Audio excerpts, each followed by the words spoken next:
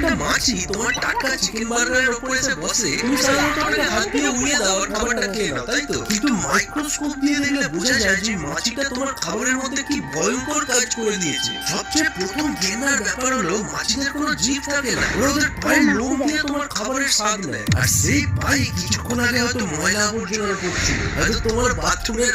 আর মাছিদের না কোনো দাঁতও নেই, যার ফলে ওরা কোনো শক্ত খাবার চিবোতে পারে না। খাওয়ার জন্য ওদের মুখ থেকে একটা নলের মতো অংশ বেরিয়ে আসে, যার একেবারে শেষ প্রান্তে একটা ভেজা স্পঞ্জের মতো জিনিস থাকে। এবার সবচেয়ে ঘেন্নার ব্যাপারটা শোন, মাছিরা কোনো খাবার গিলতে হলে ওরা ওদের পেটের শক্তিশালী অ্যাসিড আর নিজের লালা ওই খাবারের উপর উগড়ে দেয়। ওই অ্যাসিড এতটাই শক্তিশালী যে কয়েক সেকেন্ডের মধ্যে শক্ত খাবারকে গলিয়ে তরল স্যুপ বানিয়ে দেয় আর স্রুত করে টেনে নেয়। আর এদের সহজে মারাও যায় না কেন জানো? কারণ এদের চোখের মধ্যে 4000 থেকে 6000টা ছোট ছোট লেন্স থাকে, যার ফলে এরা সব কিছুকে না স্লো মোশনে দেয়। খুব ফাস্ট জিনিসকে ওরা ইজিলি ডিটেক্ট করে নেয়। তবে